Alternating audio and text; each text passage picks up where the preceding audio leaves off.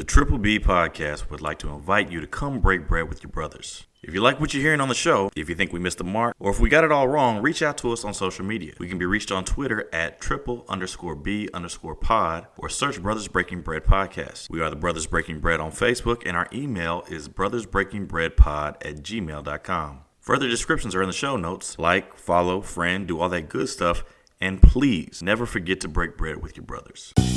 How y'all doing? We out here, chilling on the spot. What up? How y'all doing?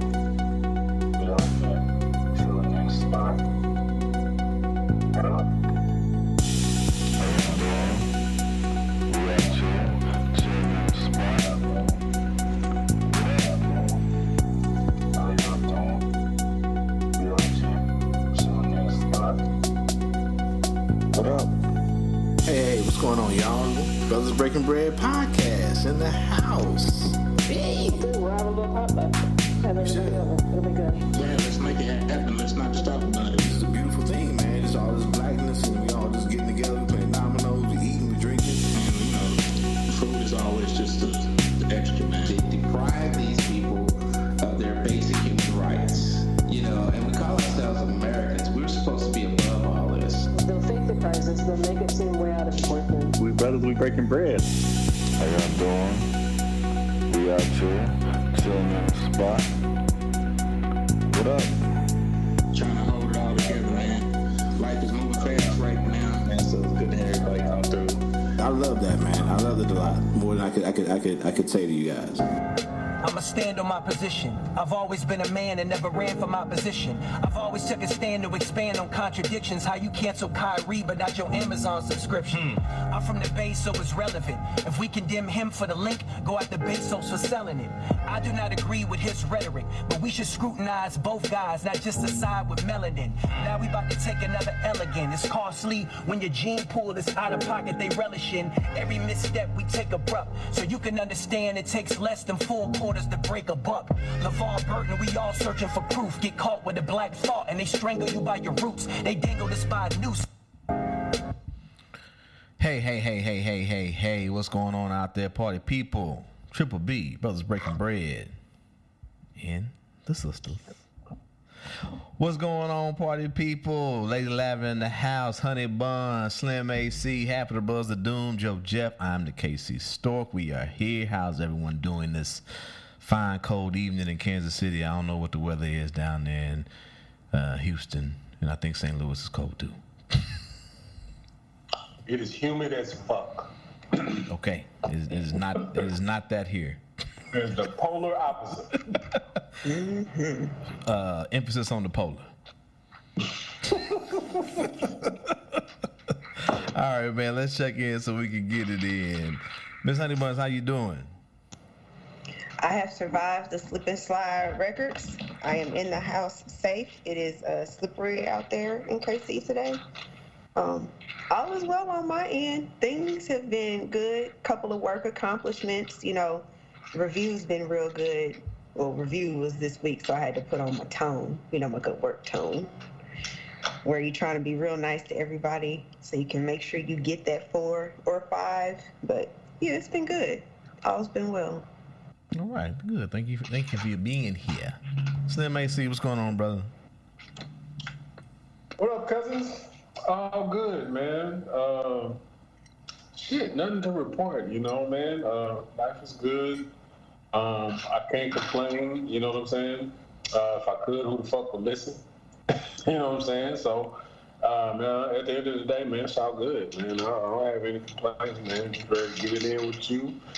And let's chop this shit up, man. All right. Thank you. Lady Lavender, how you living?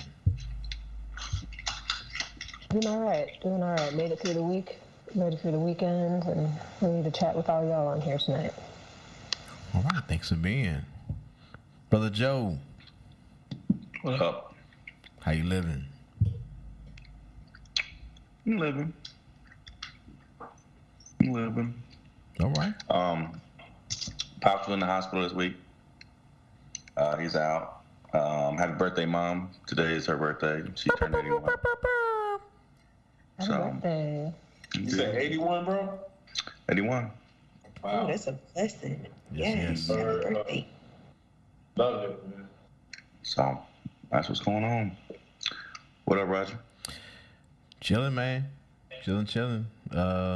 Raising these babies. Trying not to kill none of my coworkers, and just make it home safely every day. So it goes. Have accomplished all three of these. No violence in the workplace today. All right, man.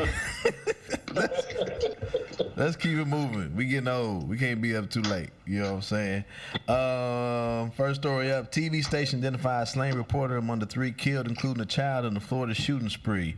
This is kind of crazy story. Not too crazy for America. Shootings happen all the time. It is a daily occurrence, but the numbers of people shot during these keeps increasing. And even crazier is this story. A gunman in Central Florida killed a woman Wednesday, returned to the scene, and killed a TV journalist covering that death, and then fatally shot a 9-year-old girl nearby before he was arrested, authorities said. Spectrum News 13 Orlando identified the same reporter as 24-year-old Dylan Lyons, one of the station's photographers. Jesse Walden was critically injured also in the shooting, the station said. Walden was in stable condition Thursday, according to Orlando Health, Orlando Regional Medical Center. That's wild. So he returned back to the scene. The shooter returned back. The reporter. I don't know if he came back to shoot the reporter, but the reporter definitely got shot. And a 9-year-old girl. And someone else got shot, but they didn't get killed. The photographer. What's crazy is that I've seen reporters do they said he killed him. I've seen so many reporters do shit, and the only ones I ever worried about before were the weather people when they stand outside in hurricanes. I never thought about a reporter reporting on a crime, having somebody come back and, like, get them fucked up. That's wild. 24 years old, too. He's just still a baby. Yeah, that's real wild. Yeah, I mean, we know ain't gonna happen as far as these gun laws. Shit just gonna keep getting worse. Go ahead. Keep scrolling down. Oh. What is going on with this young man right here? This is our shooter. And I know that people like, okay, I guess I gotta prompt it up because I can see it, y'all can't. So this young man, there's something going on with his hair, and it's reminding me of a toy. And y'all, if I do not think of the toy that his hair looks like, it is going to bother me all evening. So if any of y'all are looking at it and it could ring a bell to you, please let me know. It looks like something. It doesn't remind me of a toy. It reminds me of fucking like in Living Color or something. It looks like it'd be a character on Living Color. Remember the Scream video when Michael Jackson and Janet Jackson had them little vibrating things like flowing around them? That's what his hair looked like. I know you're talking about it. Yeah. It's like something you would throw out for kids to practice catching, getting fumbles or something. And I'm saying all this, and I'm thinking this young man is probably a little bit disturbed too. So yeah, it's really unfortunate. Authorities Thursday identified the girl and woman who were killed in the deadly rampage that spanned 3 locations as Tiana Major and 38-year-old Natasha Augustin. The suspect, 19-year-old Kevin Melvin Moses, was taken into custody after the shootings. Orange County Sheriff John Mina said Moses pleaded not guilty to 1 count of first-degree murder and remains in the custody of Orange County officials, according to the online court documents. It's fucking nuts, man. Damn. 9-year-old and... That's just bad. What'd you say, Pam? That just said. He do look like one of the pieces on the chessboard. I don't know, what is it, the king or the... That's his the castle. hairstyle? He gotta be the castle. Yeah. One of the little pieces right there. Yeah. Well, yeah. Hopefully, these people get some justice. The families and those who survive, and also those who were murdered. Yeah, we gotta do better.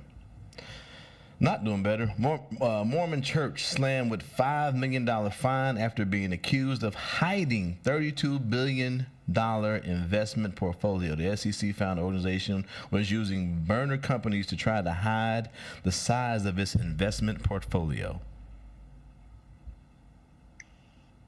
How does the Mormon Church earn $32 billion? Curious. I'm curious. That's a genuine question. I'm curious. How the fuck does that happen? Them tithes I'm was high. confused because don't churches not pay taxes or anything like that? So why do they need to hide the money anyway? I'm not clear on this. Maybe hiding how the money was received. Maybe there are certain rules to that. I'm not sure. Or also, I mean, that all couldn't have came from just offering. Well, the documentaries I've seen about the, oh no, it was the Mormons. Yeah, what they do is, I think it was the Jesus Christ of Latter-day Saints ones up north somewhere. Jeffers, whatever that dude's name was. They used to have people work, and they would have like several businesses, like construction businesses, like all these businesses. And they would have them, they'd be run by the Mormon people, but they would have like Mormon kids working at them, so they're not paying for any of the labor, and they're able to just make profits and get contracts by so many people throughout the city, and then Mormon people are giving them contracts, so they were able to make a shit ton of money, but still not, and they're making a lot of money and not paying workers very much, or at all, and then, of course, not paying taxes, so they might just be hiding all that shit. Damn, to do what with, though? Make the leaders rich. To go on Have lots of wives. to go on mission trips across the country, maybe, or across the world, possibly. Oh. This particular article that I done pulled up, 'cause y'all know my eyeballs is bad, says that they had amassed. So there was someone that went to the church. They named the name David Nelson. He was a previous investor, and he was the entity that amassed the money, and he was also the one that flagged the church. He was also the one who went and snitched. But he said that they had amassed $100 billion in accounts intended for charitable purposes, but that the money had not directly funded any religious or educational charitable activities in over 20 years.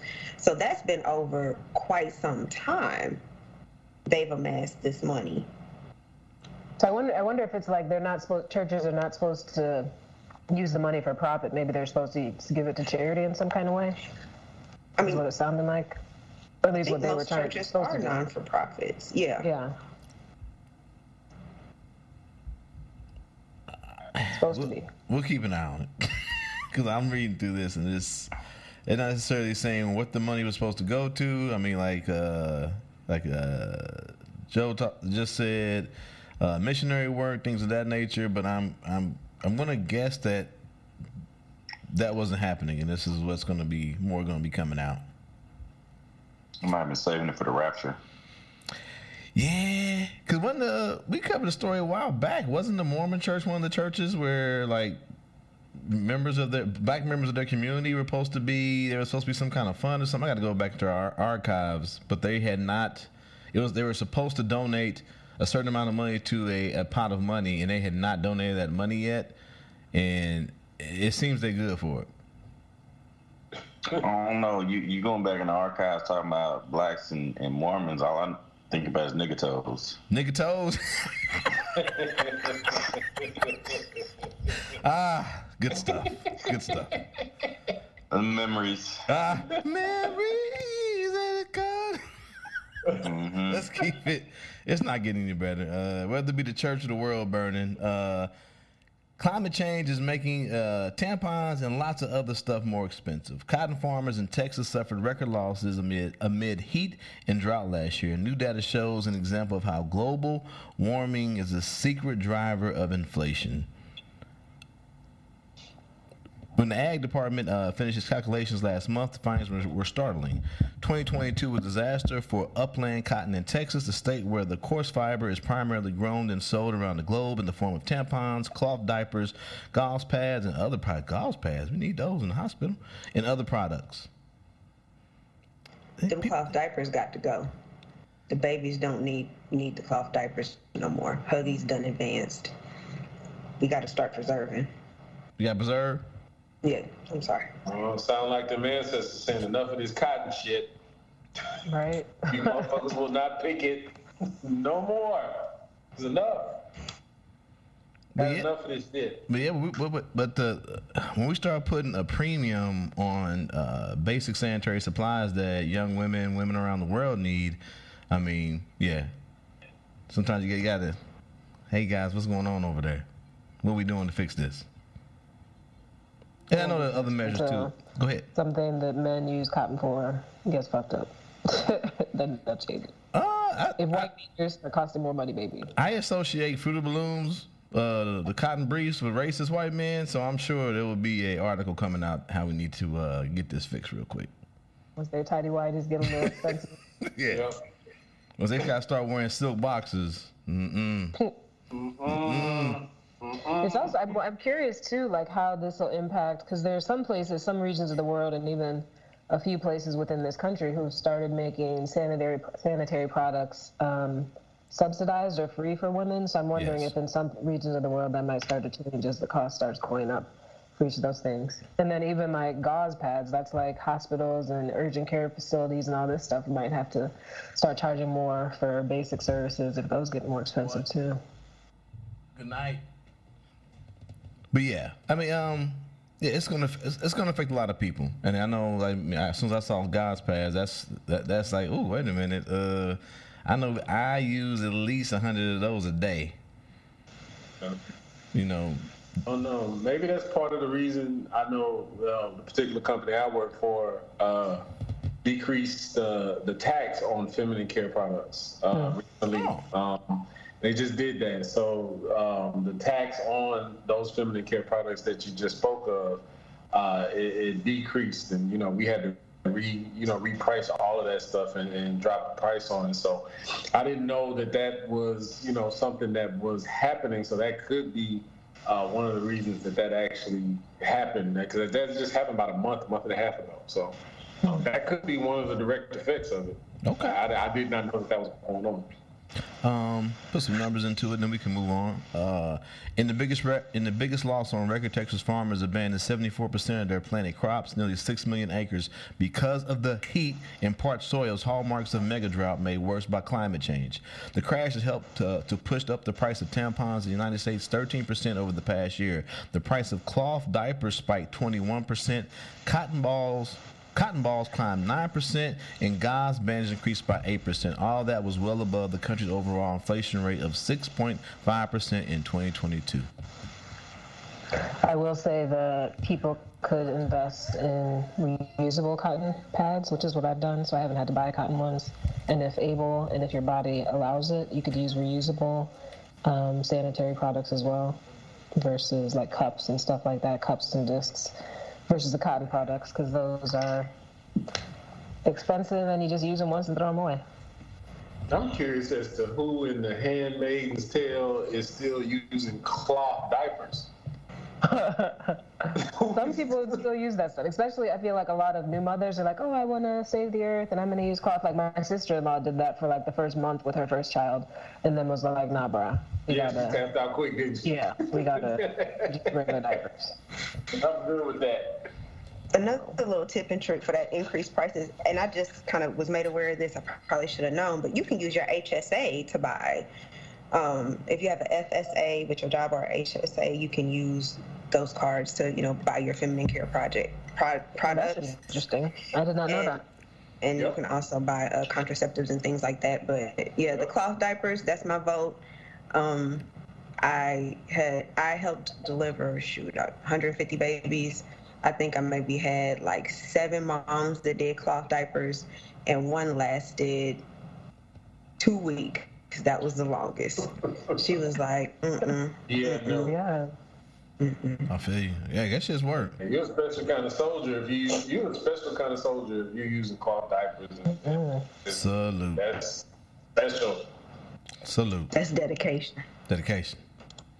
Yeah. Keep an eye on that. Dedication. Pregnant U.S. inmate. And this is all, going around, Roe v. Wade, all this stuff that's been going on over the past 2 years. So, yeah. Pregnant U.S. inmate seeks release because fetus is innocent. A pregnant woman charged with murder, and jailed in Florida wants out of prison on the grounds that her unborn baby is innocent and held unlawfully, a lawyer said Thursday. The child didn't have a seat at the table when the decision to incarcerate the mother was made, lawyer William Norris told AFP. The mother, Natalia Harrell, 24, has been in jail for some 7 months and faces a murder charge after fatally shooting another woman while taking an Uber in Miami last July. Yeah, she don't need to be out, and she don't need to have this baby. That's all. She sound like a fucking menace. How is that shit different though from the women who actually go in jail, have the babies in jail, and then they just, they stay in jail, but they have to give the baby up to a relative or somebody or something like that. Like, how is that different? What is the loophole in that? It's basically the same, but what she's trying to say is that because she's the one carrying this baby, and because everybody has now decided that babies are, from the time of conception, are full people and need to be protected in every way, she's arguing that my baby did not commit a crime. My baby should be released. Since the baby is inside of me, I should be released as well. Although it sounds like she's about to pop it out, so I don't know if they're gonna. She might be too late. They need to, and of course, this is gonna last a long time in court cases, so I don't know if she'll get out by then. But maybe that'll impact other people in the future. I don't know. Yeah, they laid it out. But also, she doesn't need to be out of jail. I didn't realize that she had murdered somebody. in the Uber, she was 6 weeks pregnant. At the time of her arrest. Go ahead, my bad. Yeah, at the time she committed the crime. Mm-hmm. I found this to be incredibly, because I like a good loophole, and basically the way it reads, it says the unborn child has not committed any crime, nor has the state of Florida, the respondents, or Miami-Dade state attorney put forward any allegations that the unborn child committed a criminal offense. Yet the respondents continue to incarcerate the unborn child in deplorable conditions, the filing states. And so, she said that she hasn't had adequate prenatal care. They haven't been giving her prenatal vitamins. She's afraid that she's going to have a premature baby. She has some viable concerns. She is just a menace. She's like, and Joe, you might remember her name. Old girl who came before Rosa Parks. They need a better representative. Yes, Claudette. They need a better representative who's going to represent pregnant women who are incarcerated and they want to protect the unborn child. I mean, all of their babies should be protected, but if you've murdered people and then you're like, I need to be let out because I'm pregnant, I don't know, bro. Good luck to this baby. That's all I can say. Good luck to this baby. There is a dad involved, Michael O'Brien, who identifies as the father. Yes. He's like, I'm concerned about my baby. I don't want my baby to be premature, have a low birth weight. Oh, yeah, this is going to be interesting. She got the whole band involved, huh? Yeah. She found a loophole. I mean, she testing the loophole. I don't know if she found it yet. Okay. Let's see how it works. Now, if she walking out that motherfucking courtroom like George Jefferson, then I'm like, she has definitely found the fucking loophole. Yes, ma'am. But I'm sure there's going to be a lot of people trying this. Like they said, like even in this article, they mentioned the woman a while back, last summer, I guess. Damn, that was last summer at this point, who tried to say that she could be in the carpool lane, even though she was the one person driving because she was pregnant. Like, I got other people in here. Yep. It's not just me. I'm pregnant. Let me in the carpool lane. So I'm sure there's going to be a lot of cases like this in different scenarios where people are like, but I'm pregnant. I should be able to do this. My kids should be able to be doing this. I should be, whatever the case may be. It's going to be a lot of cases like this, probably. Or maybe they could just build better jails, better prison system, maybe. Yeah, but then you gotta shift money around, and we ain't really got that right now. You know what I'm saying? We gotta fund. Well, they got money in the private prisons. It's just not going to the prison. No, but they gotta do Ukraine stuff. Then we gotta pay the guards, and then Ohio. Just a smorgasbord of words I'm gonna say, and hopefully you forget what you just said. They can fix that shit, but then that would cost money, and then we wouldn't be able to give our investors and people who buy stock options their profit and payout. So, especially when it comes to borrow that shit from the Mormons. They got it. Yeah, but the Mormons hit that shit for a minute. They need to get better.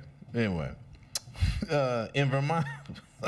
So yes, we are an audio platform, but the reason why we wanted to share this is so that you can also share some of the art that, if you have seen it, some of us on this podcast have laughed about. In Vermont, a school and artists fight over murals of slavery. Cred to depict the brutality of enslavement. The works are seen by some as offensive. The school wants them permanently covered. The artist says they are historically important. Not going to lie, when I first read the headline of this article, I was like, I know it's some white 20-year-old woman talking about these pictures make me feel bad, and it's gonna be some black artist that was commissioned to put them up. Never judge a book by its cover. You also the article also makes it seem like this is gonna be beautiful works of art that should be cherished forever. That too. Yeah, that too. South Royalton, Vermont. For years, when students at Vermont Law and Graduate School came to Shirley Jefferson with objections to the murals in the Student Center and their depictions of black people that struck some as racist caricatures, the longtime black administrator urged those protesting to move on. Miss Jefferson, 69, is no stranger to racism nor to protest. Born in segregated Selma, Alabama in 1953, she helped integrate her high school, marched for civil rights, and graduated from Vermont Law in 1986, later returning to work in admissions and alumni affairs. Still hoping to avoid division, she advised the students to focus on their studies. I told them, you did not come here to fight over a mural, you came here to get educated. Miss Jefferson recalled one recent afternoon, her southern accent still evident for more than 2 decades in northern New England. So in 2020, you know what? Have you seen these paintings, AC? I have not, sir. All right, I'm going to scroll down a little bit, then we can come back. That's the first one.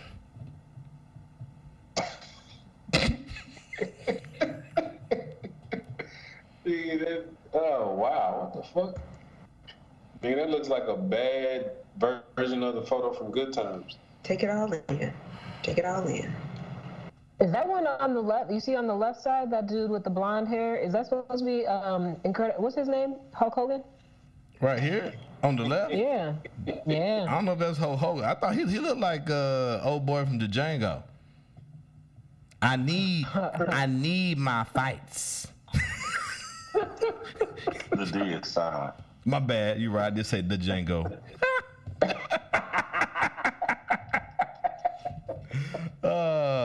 But yeah, he looked like what's his name? Calvin Candy. What's his name? Candyland. Yeah, that's what I thought he looked like. That's horrible. So yeah. There's so much happening in that picture, and there's another one below, isn't there? There's another one. Oh yeah, I'm gonna go back to that one. So I would say then came the summer 2020, and Miss Jefferson and many others renewed commitment to confront embedded racism and insensitivity, even where it might be unintended. When George Floyd was killed, all of a sudden I said to myself, that mural has got to go. She said. I called the dean, and he said okay. Here's Miss Jefferson right here. Like I said, when I was like, oh, okay. But then when they showed her picture first, so I was like, wait a minute, she wanted the pictures down? And then when I saw that picture, I was like, I get it. I get it. Go to the next one here. And right here in the middle, here's the artiste, Sam Kirsten, at his home studio in Quebec. He painted it all. Yeah. He painted the murals at Vermont Law and Graduate School 30 years ago. Is that his? Yeah. Damn.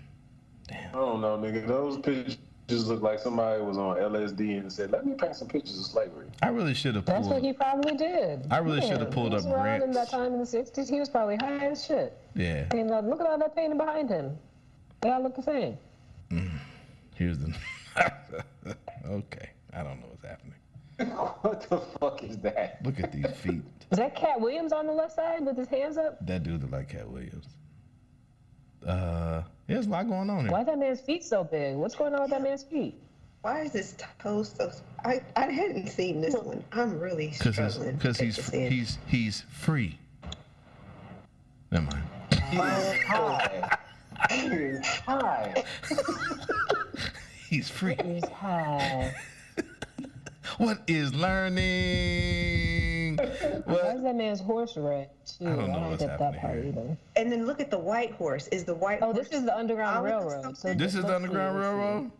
Yeah. Oh, okay. This is okay. That's what that is. Ah. That little pink bridge Hold on. look like that bridge in Kansas City. I didn't read this. The first set of panels depicts the slave trade. Okay. We How? got Incredible Hulk down there too. You see on the right side? How they With get the him green, he's hogtied. Mm-hmm. Okay. Why are the people's lips blue? Just scroll the I don't know a what's little going on bit. here. We're going to have to get out It's of here. cold. It's cold. It was cold in Africa when they picked him up, West Africa, before global warming happened. I was expecting so many different things from this article, and what I I was received. expecting beauty. Yeah. I was like, I was these must be expecting some stoic black artists. pictures. Yeah. Now I'm looking at this shit like, Mr. y'all Kurt, should have been covered that up. of course, the images are disturbing. Mr. Curson wrote, the artist, wrote after the district court's ruling in 2021 affirmed the law school's plan to cover his work. These images represent human suffering. More than one kind, sir. And you do not find them. If you do not find them disturbing, you are not looking at them. He added. We appreciate that the students who are complaining are also seeing the murals. I do not like this. Okay. Oh. Disturbing has multiple meanings, nigga. Oh yeah, we'll just end this here. We need to stop protecting white fragility, said another student. Okay, and we out. What the fuck? Okay. Yeah. Yeah, that's bad. Moving on. Hey, y'all. I should have had that Kanye West. When it all fall down. Kanye West rumored to be back with Adidas, baby. No one gets canceled. And you might say, why? Why? Is it because of their goodwill? They don't want to see this black man just put out, everyone abandoned him. Adidas has its debt rating slashed by S&P as termination of Kanye West's partnership batters earnings. They talking about up to 1.3 billion just from this man. Billy. 1 bill, not meal. 1.3 billion loss for losing this man's line of clothing, shoes, all that, his vision. Money talks, bullshit walks. I don't know. I thought about getting Pat Mahomes the other day from Adidas, but nah.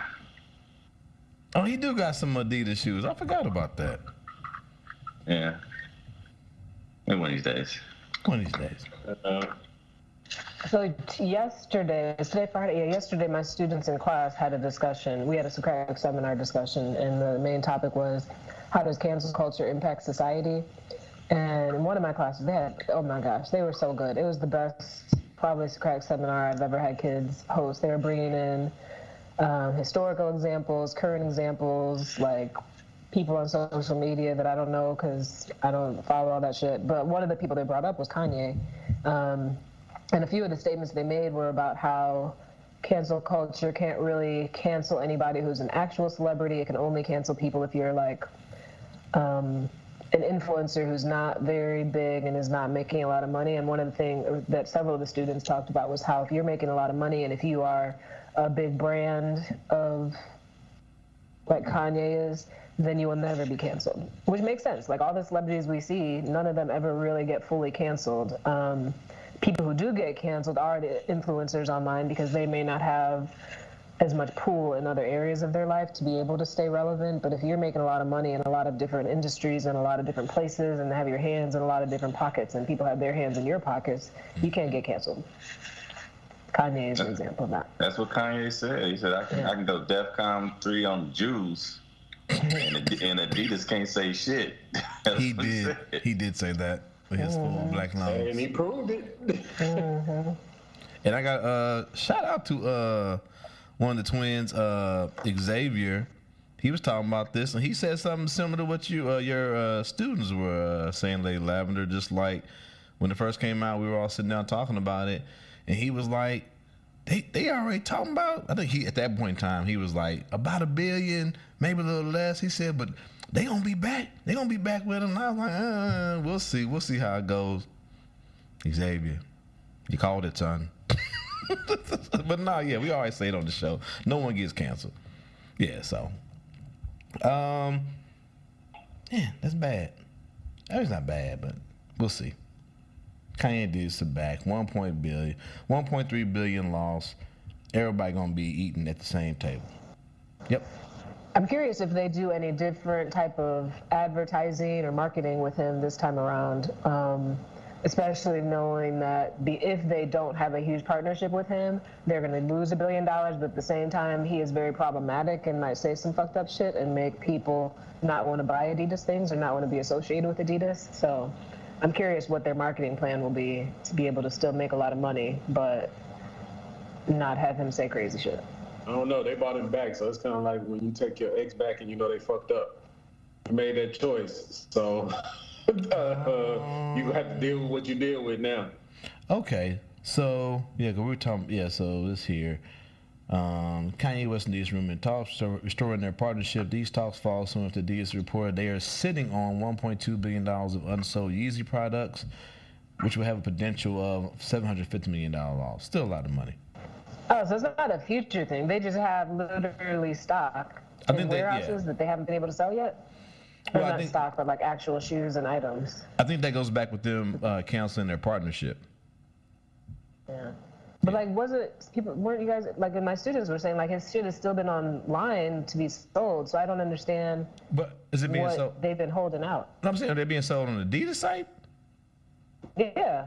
They pulled up, two of the kids pulled up Adidas websites on their phones, and I was like, what are the shoes that you bought? Are they still the same price? And she scrolled, and she was like, yeah, the shoes that I bought a long time ago, it's the same price that they were when I bought them. Because I was like, oh, I wonder if the price has dropped or anything like that on Kanye's products. Maybe they won't resupply. I don't know. Maybe they won't resupply. I don't know. Yeah, I don't know how they says. Well, yeah, I don't know what that means sitting on 1.2. Them shoes that we saw that they farmed out to like Marshalls and Ross and fucking TJ Maxx, was that real or was that just some bullshit?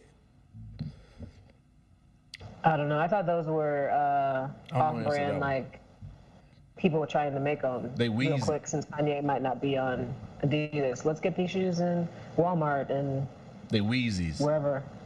The Wheezies, the Wheezies, yeah. Or maybe Kanye, who is a creative soul, had multiple collections already established, and so these are collections that have not yet dropped. That too. I mean, but yeah, they're gonna lose money. They're gonna lose money because if they don't re-sign, his shoes don't get sold. Okay, whatever. I guess we'll see. And also the article points out that some of this is being reported by Yeezy fans, so you kind of gotta be careful too. There's some speculation there also, so gotta be careful with that. But keep an eye on it though. I am sure Kanye will let us know with his full adult lungs if he is back with Adidas. I'm sure we will hear about it. I was going to say, because we haven't heard from his mouth yet, and he talks a lot. So yeah, it'll be might not be fully out there yet. He'll make another video. That new wife done mellowed him out. You said a new wife mellowed him out? Yeah. Yeah, maybe. Everybody talks about the fact that she is like a fucking doppelganger for Kim Kardashian, bro. Yeah. He got tight. Nigga, She didn't originally. Nigga, she is cookie cut. That's what I'm saying. He got tight. Plastic. Sorry, my bad. Sorry about that. That was cheap. Sorry, Kardashians. Y'all did not deserve any of that. Y'all did not deserve that straight. Sorry about that. But like she used to have dark hair, and now she didn't originally look like that. He kind of morphed her into that. That's a whole unhealthy situation. I mean, that's weird as fuck, nigga. She is changing her hairstyles to match the way that Kim looks right now. It was weird as fuck. Yeah. These are some of these rich people. Some of these rich people are weird. That's crazy. Who would have thought it? And the people who desire to be in their influence sometimes are a little weird. So. No. But better news. Kansas City Public School Board votes to name Dr. Jennifer Collier as next Collier. Say it again. Jennifer Collier. Collier? Yeah, as next superintendent. But first at 10, the Kansas City Public School District has its next leader. In just the last couple of hours, the district announced it selected Dr. Jennifer Collier for the position. She's a longtime employee of KCPS who served the district in many roles, including interim superintendent, since Dr. Mark Bedell resigned last year. Now, this all comes after a lot of attention on the district over school closures next semester. Our reporter Megan Abundis was there for today's announcement.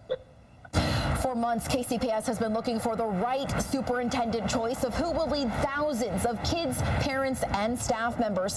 In the board meeting tonight, we heard that 17 people applied for the job. And after 7 months of serving as the interim superintendent and 22 years in education, Dr. Jennifer Collier was unanimously voted to take on the job. Interim Superintendent Dr. Jennifer Collier is the finalist to become the next permanent superintendent of Kansas City Public Schools.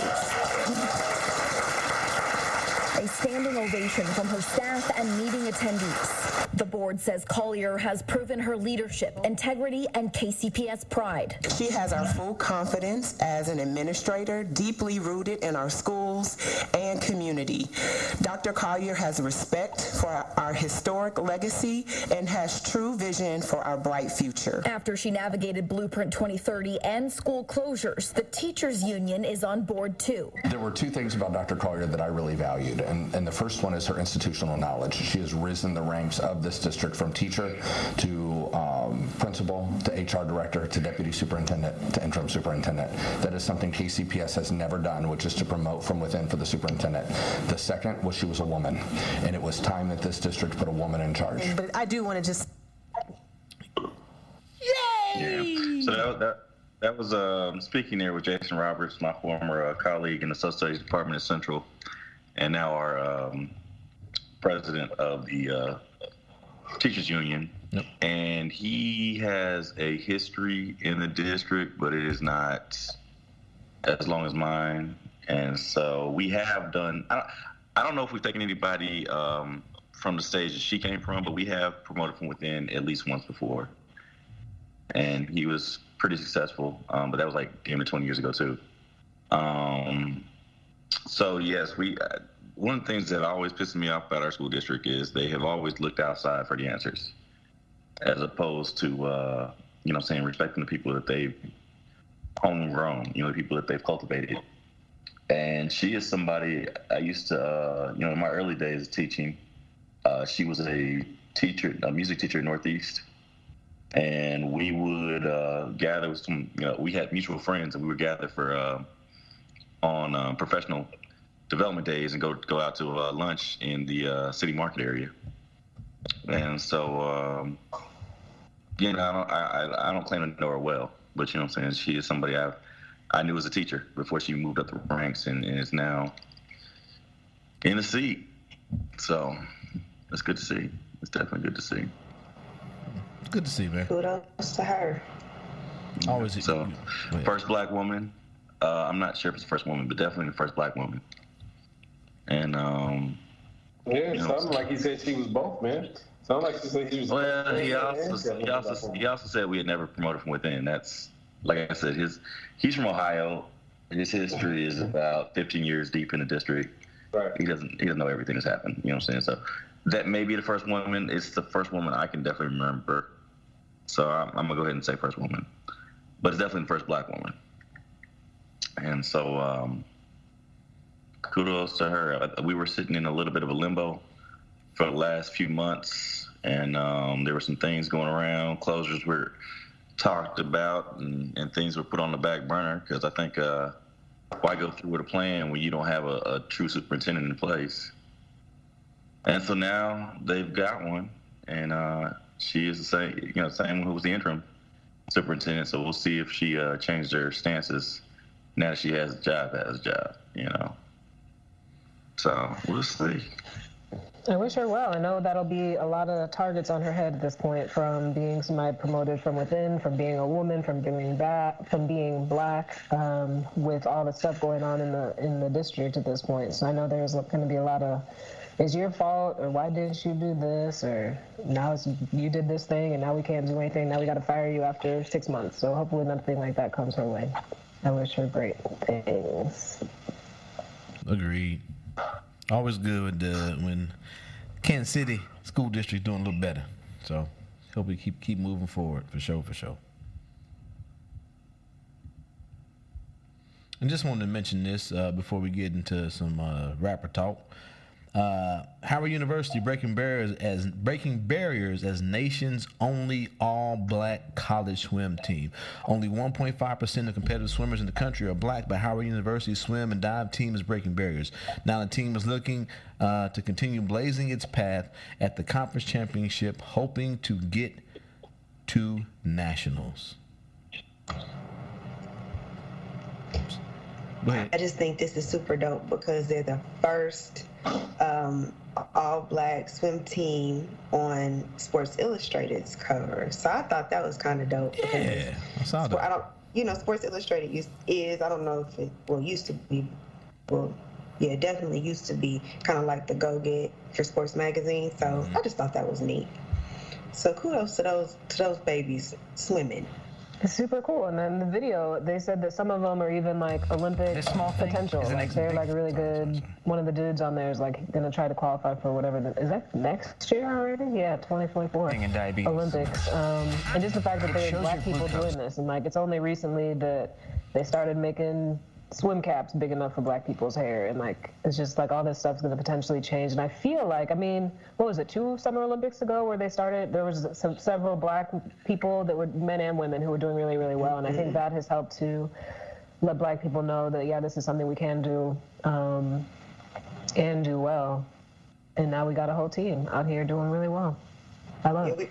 We were kind of talking about it in the chat, but I feel like growing up, I didn't see a lot of swimmers, and I can't remember if Lincoln had a pool, but I know Central did, and on the Kansas side, Wyandotte had a pool. So I can't remember if those schools respectively had swim teams, but it just wasn't something that I saw a lot growing up. So I know a couple of the listeners that went to Lincoln, they swim, and they're black gentlemen, and that was just the first for me. Like, I didn't know that we swam like that. I was a decent swimmer, but you don't see it, so you don't do it. So yeah, I think it's just super dope, and I'm curious to see if this will spark the interest of young people further. I hope it does, especially because one of the things that's really cool is they even talked about how at Howard University, it's like a big audience draw to see these people swimming. It's like huge crowds, like cheering and all this stuff. And I agree with you, Kim. Like my brother swam. He was on the high school swim team, high school water polo team. He was the only black person. And I loved swimming up and through high school. And I was pretty freaking good at it. But I was like, I'm not going to be the only black person out here. And at that point, it was like, I don't know what to do with my hair when it's like I got to swim in it every single day. So hopefully they keep doing well and keep letting little kids and bigger kids and everybody know that swimming is something we could do real well, too. Yeah. Agreed. If you want a nice summer job, lifeguard, go get it. Oh, yeah. I did it for about 7 summers. Yes, sir. Matter of fact, I got my certification at Central. Yep. And, yeah, me too. Yep. Me yes, too. sir. Yep. Was it the slim black dude? I don't remember his name, but I remember our guy. He was a slim black dude who was our instructor. I feel like I might know who you're talking about, but that's 20 years ago. And yeah, that's why I said. All I know is he was a slim black dude, and the little test to get into the class was no joke. So yeah, that was cool. I actually took a class by he was like 97 and still competing in diving competitions. He died about 2 years ago. You know what I'm saying? But this dude was a hell of a diver, and he brought me on. But he would do a birthday dive every year. Nice. And he was up in age, and he would like do a flip on the board, land back on the board, and then do a flip off of it into the water. Damn. With perfect form. So, nice. Anyway. Yeah. I love some swimming. Oh, yeah.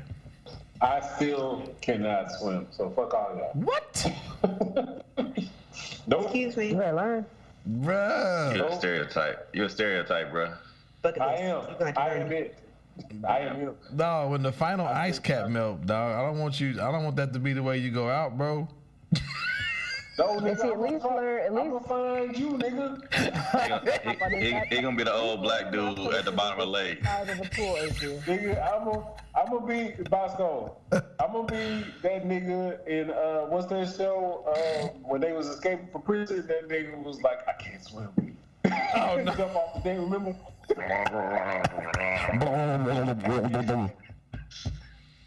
Hey, dog, we gonna be like moment silence. Old black nigga at the bottom of a Table Rock Lake talking about. I don't think that's a good idea. I don't think that's a good idea. Nah, man, I mean, I get it. Yeah, I think my dad being, my dad, whatever, being a former Marine, like he was all like, nah, all y'all niggas getting in the water. My sister, me, cousins, they came over to visit. They was getting thrown in the fucking 3 foot. Everybody swimming, nigga. Yeah, he didn't play. Everybody gonna learn how to swim. All right. But salute to Howard University and wishing them well here in this as they head into the postseason. Looks like.